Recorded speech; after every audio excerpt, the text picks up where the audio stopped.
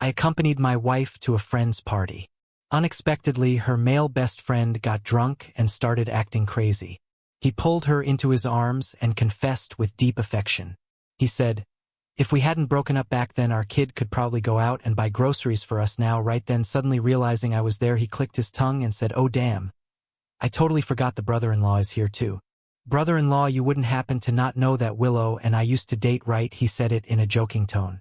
Willow hiding this from him. "Could it be that you still want to rekindle things with me?" But the next second, click, I raised my phone and snapped a picture of the two of them. I said, "Don't mind me, go on. I'm just recording this beautiful moment of life." Chapter 1. Darling, he's drunk. Don't listen to his nonsense. He just got divorced and isn't in a good mood. Willow pushed him away, explaining nervously. My hand froze around the glass. On the rotating glass plate of the dining table, the grease had cooled into sticky patches. Makoto, his eyes hazy with alcohol, pulled Willow back into his arm. He pinched her shoulder, burping and laughing as he said, "What nonsense. If we hadn't broken up back then, our kid would probably be old enough to run errands by now." He added, "Anyway, what's there to be sad about after a divorce? To be honest, it was my decision to walk away with nothing. I didn't do it for money, just to have a clear conscience. As the saying goes, money lost can always be earned again. I'm the kind of man who can take it or leave it, unlike those petty, narrow-minded guys. Those men are the most pathetic." Makoto tilted his head slightly and gave me a sidelong glance. The look in his eyes rubbed me the wrong way. Just then my son David sent a message asking when his mom and I would be home. I frowned, showing the chat to Willow, signaling that it was time to go. But Makoto snatched my phone away. With an annoyed tone he said, "Willow, what's wrong with your husband? Doesn't he know how to behave? When we're out having fun, just relax, it's still early. Why's he rushing you home already?" Then he muttered, "Guys like him, all full of macho control issues, always have to boss their women around." He lowered his voice on the last sentence, but I still caught every word. The next second I grabbed his wrist and yanked my phone back, saying each word clearly. "What's wrong with being a man, aren't you one?" Willow heard the threat in my tone and immediately pulled on my arm, trying to calm me. "Darling, don't argue with a drunk. He's always like this. When we hang out, we never even treat him like the opposite sex." I couldn't help but laugh. I pushed Willow's hand away and said, "Willow, think before you speak. You're almost 30, not 3. If you all don't treat him like the opposite sex, then why did he get married and have kids, and you, why did you date him? Don't play dumb." Willow was momentarily speechless. Her face stiffened with embarrassment.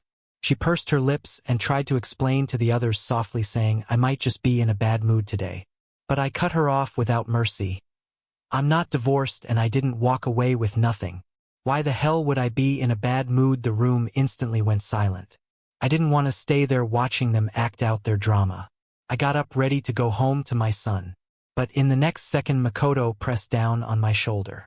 He stood up, swaying, the stench of alcohol thick in the air. "Brother-in-law, don't be mad," he slurred. "Yeah, I did date Willow before, but that's all in the past. I ran my mouth today. I thought whoever ended up with Willow would be like me, open-minded and easygoing, able to take a joke. But don't worry, brother-in-law. Willow and I grew up together. We used to run around naked and even slept side by side as kids. When we dated, we were just immature. Once we realized there was no spark, we broke it off right away. So even if Willow stood naked in front of me now, I wouldn't feel a thing." Makoto's left hand rested on my shoulder like we were old friends, while his right arm hooked around Willow's. The stench of liquor surrounded us. A wave of nausea rose in my stomach. I swung my arm, shoving him away. 2 cups of cold tea later, the sickness finally eased. By the time I came to my senses, Makoto was already on the floor. Willow bent down to help him up, her voice filled with irritation. "George," Makoto was trying to explain nicely. "You could have just ignored him. But did you have to hit him? That's so disrespectful." Apologized to Makoto. Chapter 2. Makoto clicked his tongue and got up from the floor. He said, "Willow, your husband is way too petty. Who doesn't have an ex can't even mention it." Unbelievable. The voices around us rose one after another, buzzing like a swarm of flies. A girl chimed in, "See, the less capable a man is, the worse his temper gets." Someone else added, "George, don't take Makoto's words seriously. He's just got a filthy mouth, but no bad intentions. Yeah, if he can joke about it so openly, it means he really doesn't have feelings for Willow anymore." Then someone, pretending to sound proper, said, "Times have changed. Willow's a married woman now. Not every joke is appropriate anymore." After being scolded by her friends, Willow's expression grew strained, barely holding together. She urged me to apologize quickly. George, don't ruin everyone's good time just because of you. Makoto's the host tonight. It's his treat. So what if he joked a bit? No one begged you to come. She tugged lightly at my sleeve and whispered in my ear, enough, darling. Let's talk at home later. There are so many people here. My girlfriends never liked you to begin with. They didn't approve of me marrying you. You're just giving them another reason to hate you now. I turned to look at Willow, just about to speak, but was interrupted. Makoto had already stood up and without hesitation took Willow's hand in his, their fingers interlocked. Willow didn't seem to think there was anything wrong with it. She laughed and teased him, whispering back and forth like a couple in a TV drama, all flirty smiles and playful banter. Makoto grinned and teased. Now that's more like it, Willow. When you get home you should punish your husband. Make him kneel on durians or something. You can't spoil men or they'll just get worse. Willow's face flushed pink. She tried to pull her hand away, scolding softly, let go already. She gave him a light push. But Makoto frowned. You're pushing me, Willow, he said hoarsely. Weren't you the one who said that as long as I never let go you'd hold my hand through everything? I was speechless. Willow's eyes suddenly turned misty, as if something had just come flooding back to her mind. The hand she was about to push him away with instead tightened, holding his hand firmly again. She looked at me apologetically and said, darling, he's drunk. And he just got divorced. He's not in a good place emotionally. I couldn't bring myself to push him away. Makoto smiled indulgently, as if amused. Do you really need to explain that, Willow? Since when did marriage turn you into such a love-struck fool? Let me check just how soft your ears have gotten. He reached out and pinched Willow's earlobe. Her cheeks immediately flushed red and her eyes rippled like water. Then, click, I raised my phone and snapped a photo of them shattering their sweet little moment. Don't mind me, I said coldly. You two go on. I'm just recording this beautiful moment. I sneered and looked at Willow. No wonder he's so proud of walking away from his divorce empty-handed. It's all an act, isn't it? Playing the noble man who gives up everything for love. Turns out he's not just stupid, he's scummy too. And you look at yourself. Even if you're not a mistress yet, you've clearly been dying to be one. The guy just got divorced and you're already drooling for your turn. Pathetic. Fine then, let's hurry up and file for our divorce too. With that I turned and walked away. Only then did Willow realize how far she'd crossed the line. She instantly let go of Makoto's hand and ran after me out of the private room. But before she could take a few steps, someone rushed out from inside. Willow, do you have any stomach medicine? Makoto's old problem is acting up again. Willow's footsteps halted. Then her anxious voice followed. Yes, I brought some. I stopped and turned back. She had already gone back into the room with that person. By the time I stepped out of the elevator, a message from Willow popped up on my phone. Darling, you're the only one who didn't drink tonight. Could you drive Makoto to the hospital? Chapter 3. I didn't respond. Willow called me right away. George, this is a human life we're talking about. Could you have a little compassion? There are things more urgent than others. Take Makoto to the hospital first. We'll talk about the rest at home. From the receiver came more voices. Women this time. Yes, it's a matter of life and death. If there's any misunderstanding, you can clear it up later. Look at Makoto's face, he's pale. What if it's acute gastroenteritis? Another woman added sarcastically. I told you you were blind when you married that man. I ignored their attempt at moral manipulation and hung up immediately. But Willow ran downstairs. When I started the car, someone opened the door from outside. Willow was panting, the redness on her ears still marked from a recent pinch. She frowned and said, Makoto is in terrible pain. Please leave the car. We already called for a replacement driver. He'll be here soon. I looked at her with a cold smile. What did you just say? I asked. Darling, I'm not joking, she said as she got into the car and tried to unbuckle my seatbelt. I spoke without emotion. Willow, all these years you've always carried stomach medicine with you. Was it for Makoto? Her hands froze for a moment. She denied it instinctively. Of course not. The dim light in the car couldn't hide the flicker of guilt in her eyes. I let out a short laugh, then suddenly raised my voice. Get out, don't make me lay a hand on you. In the distance, I saw several people coming out of the hotel lobby helping Makoto along. Willow, are you ready yet? Makoto can't stand it anymore, someone shouted. Willow replied, coming, but her tone turned sharp. Losing her patience, she began pushing me harder. Seeing how anxious she was for that man, something inside me went cold.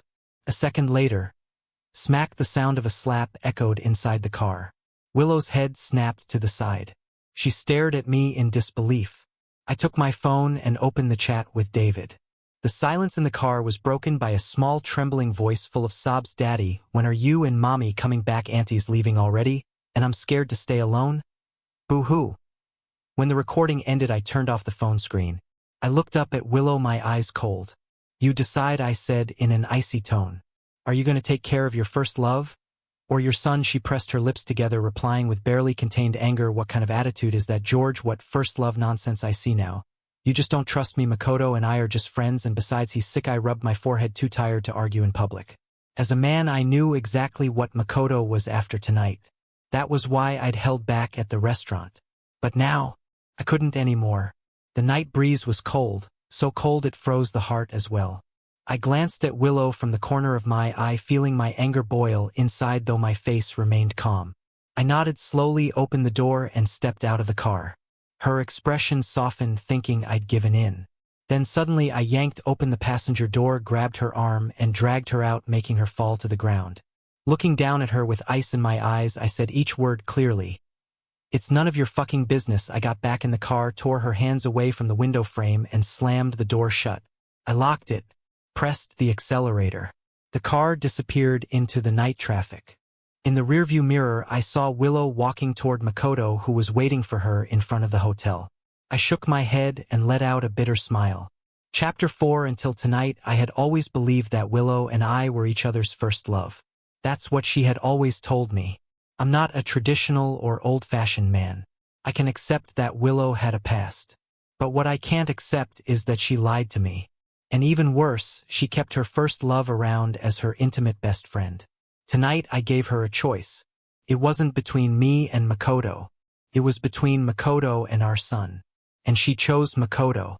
Seeing someone's true nature, it turns out, is really that simple. All it takes is one question with two answers. Chapter 5. When I got home, the nanny hadn't left yet. She was keeping David company, counting the little cherry tomatoes on the balcony. As soon as he heard the door open, David ran toward me and threw himself into my arms, giving me a big hug.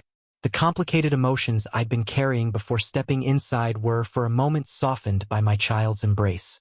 David looked at the empty doorway and tilted his head. "Where's Mom?" I picked him up and said with a smile, "Mom has something to do. She'll be back later tonight." David looked a little disappointed. He said, "Then can Mom still go with me to the flea market tomorrow to sell the tomatoes?" I didn't want to break his heart, didn't want to turn his joy into disappointment. Although my philosophy for raising David had always been no lies, no secrets.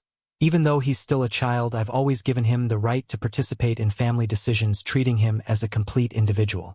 But now I didn't know how to tell him what had happened tonight, so I tried to brush it off vaguely. I smiled and said, "Wouldn't it be nice if Daddy goes with you instead?" David seemed to sense something.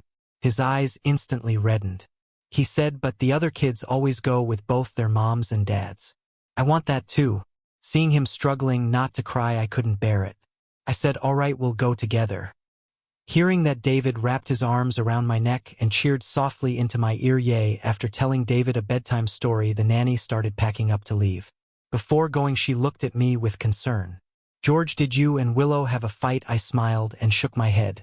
"Just a small thing. It's late already. I'll walk you downstairs." As we went down, the nanny kept comforting me. She said couples arguing was normal, that we should just sit down and talk things through. She added, "George, don't be fooled by my age. I'm quite trendy, you know. I've been reading these romance novels lately. Every misunderstanding between the leads comes from pride and poor communication. Let's not be the foolish ones who don't talk things out, okay?" I smiled and nodded. "Yeah, I know. I ordered a car for her." Just before getting in, she turned around as if remembering something. "George, by the way, when I picked David up from kindergarten today, it seemed like some classmates were picking on him. She said there's a new kid who keeps trying to take his stuff. You should check with David's teacher later, all right? Don't let him get bullied." Chapter 6. After saying goodbye to the nanny, I sent a message to David's teacher to ask what had happened. She replied very quickly. The teacher said it was probably just a small fight between kids, and that on Monday when they returned to class she would help mediate between them, so she told me not to worry. I replied, "All right, thank you very much for your help." Then we chatted a little more about David's behavior in kindergarten. The teacher praised him, saying he was an obedient and sensible child. In the end, she said she wanted to ask me for a small favor. David's father, you're on the parent committee of Star Garden, right? As you know, teachers aren't allowed to join the committee. The father of the new student hasn't been added to the group yet. Why don't I send you his contact so you can add him? I replied, no problem. Soon she sent me a contact card. I opened it to add him as a friend, but the profile picture of that father caught my attention. It was a flower pot with a small ornamental bamboo. Nothing special. But that plant was exactly the same as the one I have on my balcony. An inexplicable sense of unease ran through me. I frowned and typed, teacher, as far as I know, admissions to the kindergarten are quite strict.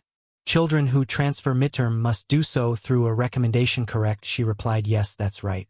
It's a safety measure for the children. Is there something wrong? David's father, I asked, could you tell me who recommended the new student? After sending the message, I noticed my hand was trembling uncontrollably. My heartbeat quickened. I turned off the screen and looked toward the green bamboo pot on the balcony.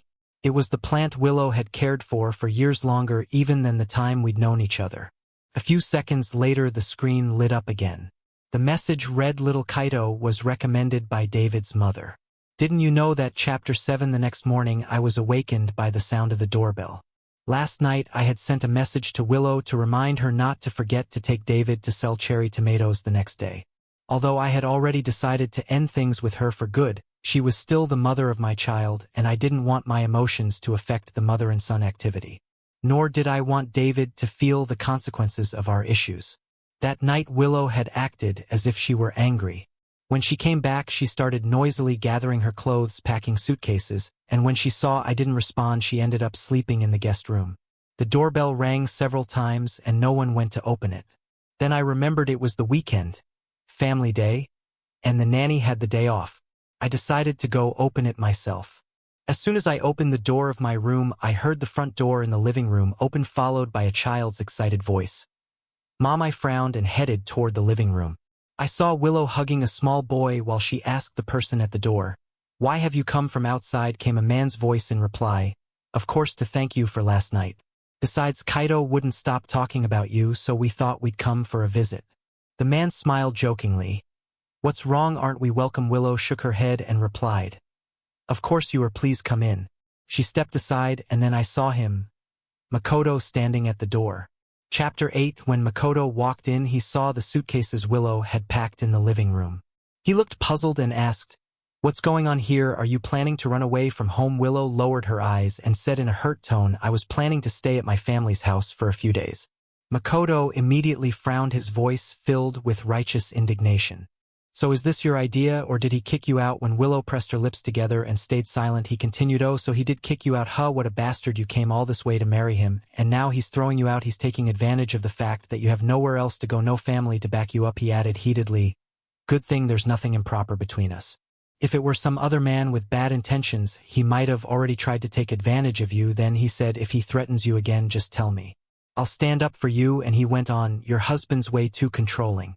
Even after marriage, a person needs to be generous. You know, in life, you can't avoid interacting with the opposite sex, right?" Willow kept her lips tightly pressed together.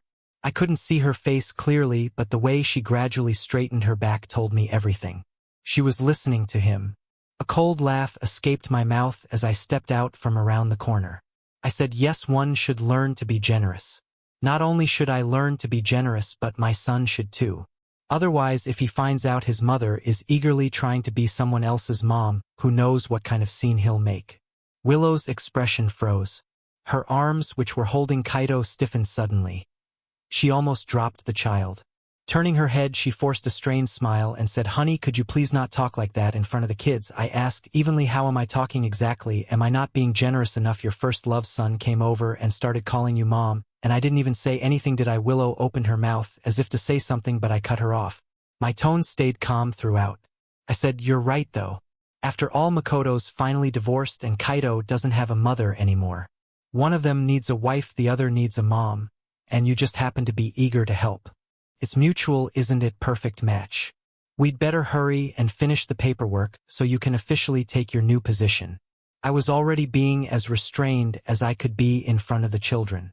The fact that I hadn't cursed yet, that was already my limit. Chapter 9. Makoto's expression instantly darkened. He pulled the child back, telling him to go play somewhere else. Once Kaido walked away, Makoto glared at me and said, slowly enunciating each word, "George, you're a father yourself. How can you say things like that in front of a child?" Then he turned to Willow and said, "Willow, how can your husband be so shameless? The kid's so young. What does he even understand? It's just a form of address. Does he really need to make such a big deal out of it?" Willow seemed to agree with him. When she looked at me again, her eyes held a trace of disapproval. She said, "George apologized to Makoto and Kaido. What you said just now really went too far." Hearing Willow's words, a faint look of satisfaction appeared on Makoto's face. Just as I was about to speak, Makoto shook his head and called Kaido back from the balcony. He said, "Kaido, didn't Daddy tell you that you can't call your godmother Mom?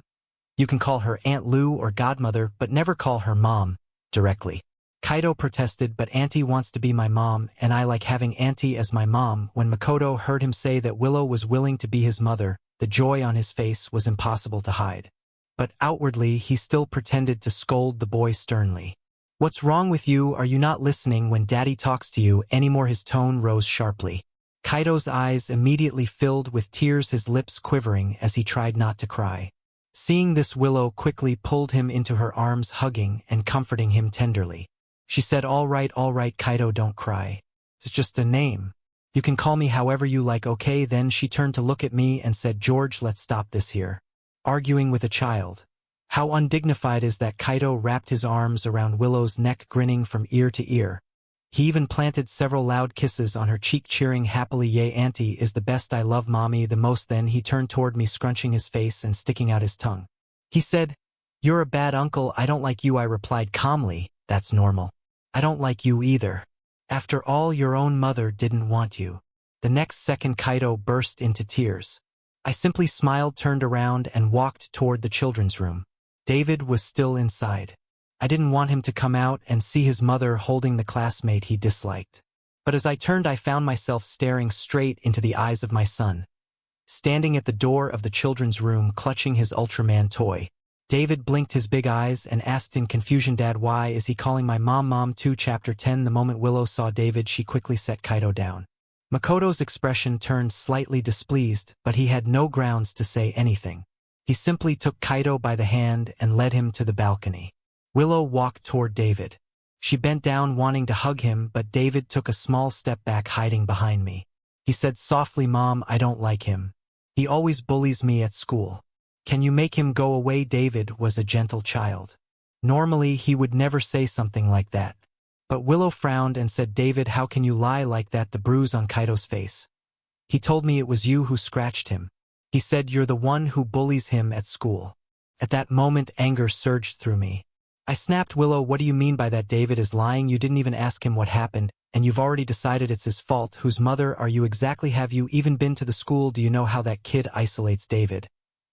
He's only in kindergarten, and he's already forming cliques, not even a month since enrolling, and he's been urging classmates not to play with David. If he hadn't stolen David's toy, would David have fought him?" It was the first time I had ever lost my temper at Willow in front of our child. David hid behind me, tugging gently on my shirt.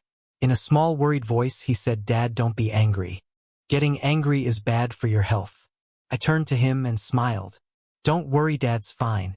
I just want you to remember, when someone wrongly accuses you, you should defend yourself, and when someone bullies you, you should fight back. You did the right thing. You hit him because he deserved it." Willow frowned again. Hearing my words, she did look genuinely distressed. She reached out to take David's hand, but David pulled away. She sighed, a trace of disappointment flickering in her eyes as she looked at me. She said softly, "Darling, I know you and David are upset, but Makoto and Kaido are our guests. Can't we at least wait until they leave before talking about this?" She added, "Children fight sometimes. Why make it so ugly for everyone?" I let out a cold laugh. Last night I had already thought it all through. The nanny was right. Communication is important between husband and wife. But communication only works between people who can understand each other. Otherwise, it's just talking to a wall. Even if I could endure it, my son shouldn't have to. I gently coaxed David to go back to his room and fetch the things for his little market stall. Once the door to the children's room closed, I turned back to Willow and said clearly and firmly, Willow, let's get a divorce. I'm serious. Chapter 11. Willow stared at me in disbelief. She asked, George, what do you mean by that? She reached out to grab my arm, but I pulled back firmly. Divorce, I said, my tone resolute. Go be Kaido's mom if you want, but David doesn't need a mother who can't tell where her priorities lie. Seeing how serious I was, Willow's attitude softened immediately. Her tone followed suit, turning soft and pleading. She looked at me with an innocent expression, almost pouting. Honey, why are you saying that? You can't just talk about divorce so easily. Okay, I promise. After today, I'll keep my distance from Makoto. All right, I replied flatly, no. I shook off Willow's hand and turned to take David, who was carrying his little basket, by the hand. When David came out, Willow seemed to realize she should change the subject. She picked him up and said, David, Mommy was wrong just now. As an apology, how about Mommy goes with you to the balcony to pick some cherry tomatoes? Okay. David still loved his mother deeply. Even though his cheeks puffed up in anger, he didn't refuse. Willow smiled at me while holding him, mouthing silently, I'm sorry. I ignored her and turned to go back to the bedroom to change clothes. But the moment I stepped through the door, I heard David's voice burst into a cry from outside. My cherry tomatoes. Chapter 12. Kaido had picked every single cherry tomato David had grown on the balcony. He even tore the plants out by the roots and stomped on them until they were a pulpy mess. Tomato juice splattered across the floor, bright red stains everywhere. When David saw the ruined plants, he broke down completely. He shoved Kaido hard, sending him falling backward. As Kaido stumbled, he knocked over the potted plant on the balcony.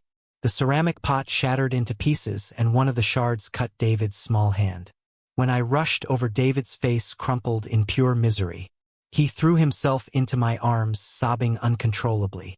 Through hiccuping sobs, he pointed to the balcony and cried, Daddy, Kaido ruined all my tomatoes. Wah. Those cherry tomatoes were the ones David had grown himself. He'd been preparing for the flea market for so long, watering them every day, caring for them so carefully. I patted his back gently to comfort him, but David was still heartbroken. He sobbed and said, Daddy, I don't like Kaido. Make him leave. I don't want him coming to our house anymore. I nodded, then turned to look at Willow, only to realize she wasn't even looking at David. Her eyes were filled with tears, her gaze fixed on the shattered potted plant on the ground. Makoto, too, was staring sadly at the broken pot. He crouched down to pick up the pieces and said, This was the plant I gave you when I confessed to you. I really didn't expect you'd still be keeping it after we broke up. But now, it's broken after all. Willow, does this mean? Willow reached out to stop him. She sniffled and said quietly, Don't pick it up. Once something's broken, it's just broken. I couldn't help but laugh at the scene before me. After all this time, I finally learned where that potted plant had come from. Chapter 13. Over the years, we've moved 3 times. Every single time, Willow would take that potted plant with her. Once, during one of the moves, the moving company forgot to bring it along. When Willow found out, she went out in the pouring rain just to retrieve it. I once asked her who gave her that plant for her to care about it so much. Willow answered casually. She said, Just a friend. Nothing special. I've just had it for so many years, it'd feel wrong to throw it away. Only today did I finally understand. It wasn't the plant she couldn't let go of. It was the person who gave it to her. Disgusting. Willow felt heartbroken over the broken pot, yet didn't even notice David's hand had been cut. Instead, she scolded him. David apologized to Uncle Ito and Kaido. David, still sniffling, tried to explain, He was the one who broke my cherry tomatoes. First, those tomatoes were something Dad and I worked hard to grow. Mom, I didn't do anything wrong. Why should I apologize? Makoto tugged at Willow's sleeve and said, Forget it, forget it. Kaido and I shouldn't have come today. He made as if to leave with Kaido, but Willow stopped him.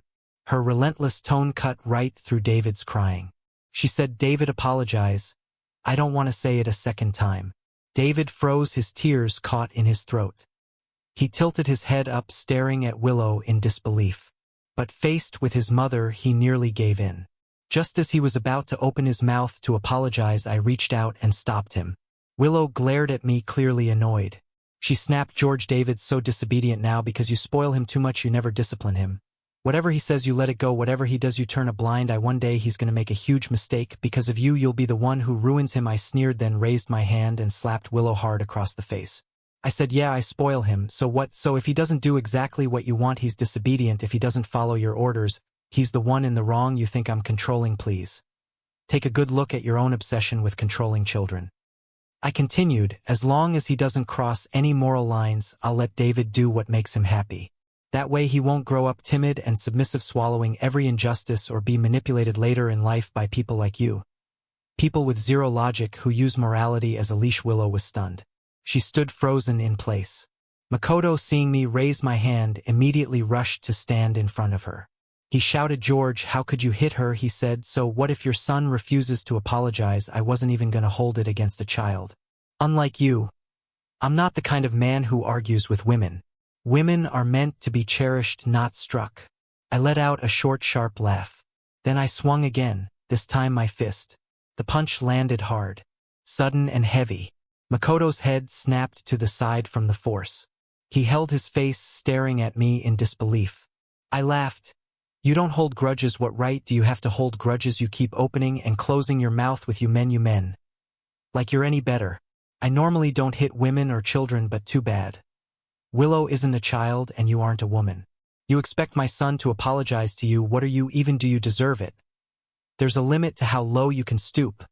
I've been holding back because I didn't want to hit anyone in front of David. But since you've got no shame and start reminiscing about the past in front of the child, I don't mind tearing off the mask. Let David see what disgusting things you two really are. Willow's face began to crack a little. She still cared about her image as a mother. She said, that's enough, George. Don't talk nonsense in front of the child. Kaido ran around Makoto and came at me with a flurry of punches. I didn't hold back and shoved him over. Kaido fell into a mess of tomato juice.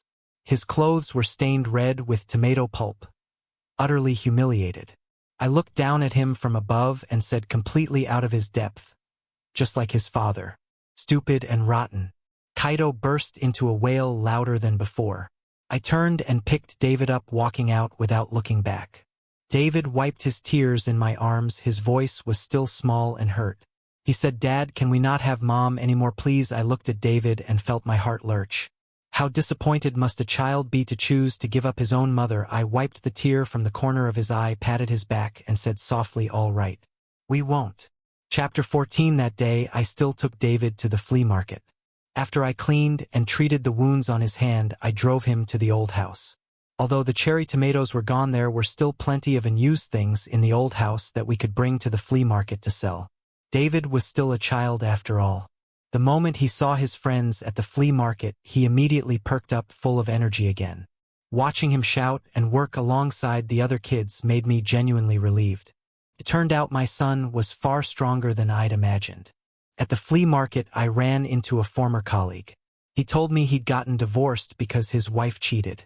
But he lost the court case and the child was awarded to the mother. Now he could only see the kid on weekends. I asked him why he lost the case. I said, sorry if this sounds blunt. I don't mean to offend. Don't laugh, but I'm facing the same problem you had.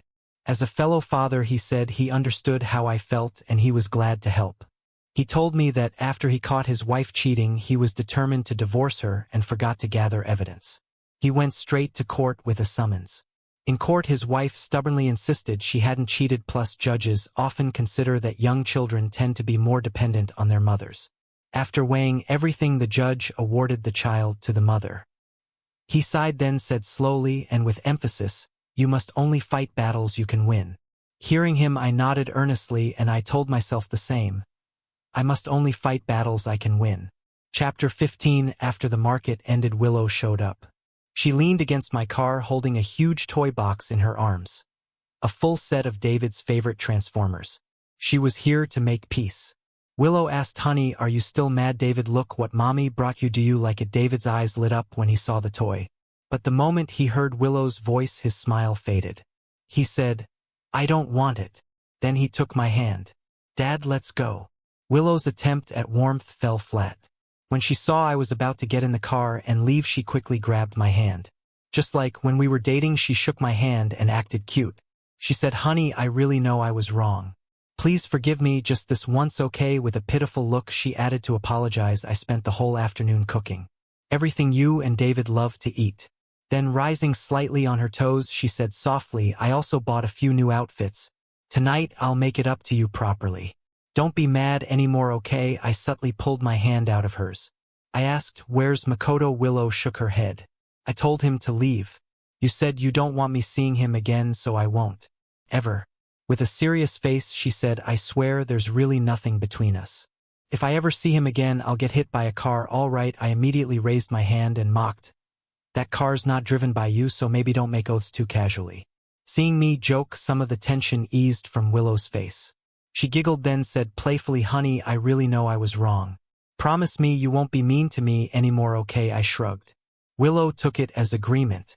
She said, and don't ever say things like divorce again, okay? You have no idea how scared I was this afternoon.